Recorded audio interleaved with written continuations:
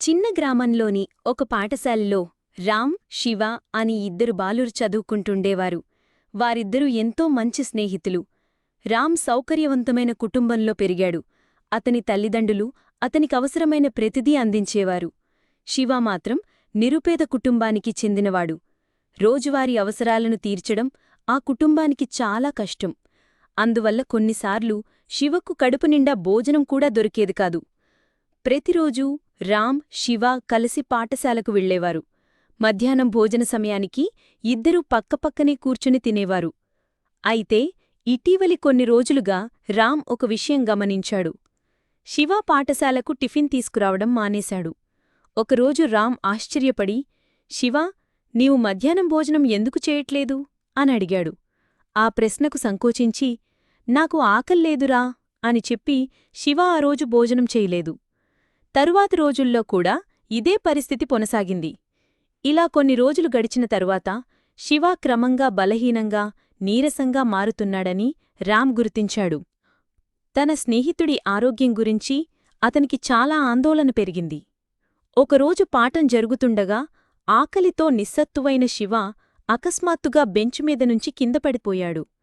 ఆ ఘటన చూసిన తరగతి విద్యార్థులందరూ ఉలిక్కిపడ్డారు. ఉపాధ్యాయుడు వెంటనే శివ వద్దకు పరిగెత్తివచ్చాడు.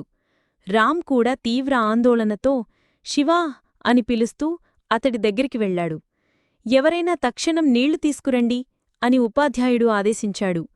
ఒక విద్యార్థి పరుగెత్తుకుంటూ ఒక గ్లాసు నిండు నీళ్లు తీసుకొచ్చాడు. ఉపాధ్యాయుడు ఆ నీటితో శివ ముఖంపై చల్లాడు. కొద్దిసేపటికి శివ నెమ్మదిగా కళ్ళు తెరిచాడు. అయినా అతనింకా బలహీనంగానే కనిపించాడు. రామ్, నువ్వు శివాను ఇంటికి తీసుకెళ్ళి కాస్త విశ్రాంతి తీసుకునేలా చూడు అని ఉపాధ్యాయుడు చెప్పాడు. రామ్ శివాను తరగతి గది వెలుపల చెట్టునీడలో కూర్చోపెట్టాడు. స్నేహితుడు ఇంకా బలహీనంగానే ఉండడం చూసి రామ్ మనసు విరిగిపోయింది. కొన్నిసేపటి తరువాత రామ్ నిశ్శబ్దాన్ని తెంచుతూ, శివా, నిజం చెప్పు, ఈ మధ్య నువ్వు భోజనం మానేయడానికి కారణమేమిటి అని మృదువుగా అడిగాడు. శివ తలవంచి, అదేం లేదురా అని మెల్లగా అన్నాడు. కాని రామ్ వదిలిపెట్టలేదు. అతను శివ భుజంపై చెయ్యివేసి, నీకు ఏదో సమస్య ఉందని నాకనిపిస్తోంది. నిజం ఇప్పుడే చెప్పు, నీకు నేనున్నాను కదా అని అతన్ని ప్రోత్సహించాడు. ఆ మాటలు విని శివకళ్లల్లో నీళ్లు తిరిగాయి. అతని గొంతు కంపించసాగింది. నిజం చెప్పాలంటే అని ప్రారంభించి తన ఇంటి పరిస్థితి గురించి వివరించడం ప్రారంభించాడు. శివ తన తండ్రి ఇటీవలి కాలంలో పనిచేయలేకపోతున్నాడని రామ్కి చెప్పాడు. ఇంట్లోకి ఆదాయం రావడం బందైపోయిందని వివరించాడు. తల్లి ఎంత కష్టపడినా రోజువారీ ఖర్చులు కూడా సరిపోలేదని చెప్పాడు. ఈ పరిస్థితిలో పాఠశాలకు టిఫిన్ పెట్టమని అమ్మని అడగలేకపోయాన్రా, అందుకే నాకు ఆకలి లేదు అని చెప్పి పాఠశాలలో భోజనం మానేశాను అని శివ వెక్కివెక్కి ఏడ్చాడు. శివ మాటలు విని రామ్ కళ్లల్లోనూ నీళ్లు తిరిగాయి. అతను శివను హత్తుకొని, నువ్వు ఇన్ని రోజులు ఈ బాధ ఒంటరిగా భరించావని తెలిసి నాకు చాలా బాధగా ఉంది. కాని ఇకపై నిన్ను ఆకలితో ఉండనివ్వను. నువ్వొంటరివాడివి కాదు. నేను ఎల్లప్పుడూ నీకు తోడుగా ఉంటాను అని రామ్ ఆప్యాయంగా అన్నాడు. రామ్ మాటలు విని శివ మనసు కుదుటపడింది. ఆ సాయంత్రం రామ్ తన తల్లిదండ్రులకు శివ విషయం వివరించాడు. వారు అది విని చెల్లించిపోయారు. రామ్ తల్లి, రేపట్నుంచి నా పిల్లవాడి స్నేహితుడి కోసం కూడా టిఫిన్ పంపిస్తాను అని మాటే ఇచ్చింది. తరువాతి రోజు రామ్ ఇద్దరికీ సరిపడే భోజనం తన టిఫిన్ పెట్టెలో తీసుకొచ్చాడు.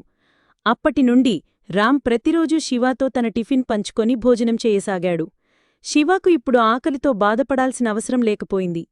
ఆ ఘటన తరువాత రామ్ తండ్రికి శివ ఇంటి పరిస్థితి గురించి రామ్ వివరించాడు.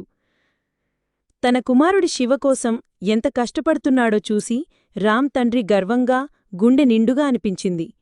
రాబోయే రోజుల్లో రామ్ తండ్రి ఒక మంచి నిర్ణయం తీసుకున్నాడు. ఆయన ఊరిలోనే ఒక చిన్న కూరగాయల దుకాణం పెట్టి శివ తండ్రికి అప్పగించారు. మీరు ఈ దుకాణం నడపండి అన్నా, మీ కుటుంబానికి ఇది కొంత ఉపశమనమిస్తుంది అని సంతోషంగా చెప్పారు. ఆ రోజునుంచి శివ ఇంట్లో భోజనానికి ఇబ్బందే ఉండేది కాదు. తల్లి ఆనందంగా వంటచేస్తూ పిల్లల ముఖంలో వెలిగే వెలుగును చూసి తృప్తి చెందేది. శివ ఆరోగ్యంగా మారి మళ్లీ చదువులో మెరుగుపడ్డం మొదలుపెట్టాడు. ఒకరోజు శివ రామ్చంతకు వచ్చి, నువ్వు నా జీవితాన్ని మార్చేశావులా, ఇప్పుడు మా ఇంట్లో నవ్వులు తిరిగి వచ్చాయి. నువ్వు నాకందించిన స్నేహం జీవితాంతం గుర్తుండిపోతుంది అని భావోద్వేగంతో అన్నాడు.